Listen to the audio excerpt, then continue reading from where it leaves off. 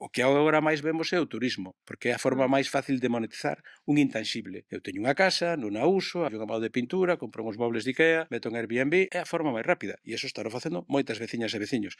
É unha cousa, pero iso tense que facer con medida, porque se facemos moitas, o mellor se nos está indo da mau o Mm. asunto. E estamos indo contra as casas de turismo rural, que foron os primeiros embaixadores que tivemos. En Ribeira Sacra temos casas excepcionais polas casas e polas donas e os donos, esos equilibrios. Esa asunción de que patrimonio xa é turismo, non. Que pasa? Que é a forma máis fácil de facelo, ou de sacarlle un valor económico a eso. Pero penso que hai moitos outros, temos os mellores queixos de España recoñecidos, temos a mellor castaña e os produtos, temos actividades gandeiras únicas, temos outras posibilidades de produción e de artesanía, cada día hai unha cousa nova, hai un rebrotar do tecido cultural con un montón de pequenos museos, centros de interpretación, todas esas cousas é ese o que entendemos por desenvolvemento equilibrado, consciente, regulado, porque se só vamos ao turismo, vai nos pasar o que lles pasa aos demais. Pero en calquera caso, estamos en 350.000 turistas para tropecientas mil hectáreas. Entonces, penso que estamos moi lonxe de ter problemas de turismo, salvando os embarcadeiros, o que todo o mundo quere ir á praia da Cova o 15 de agosto, que non collen.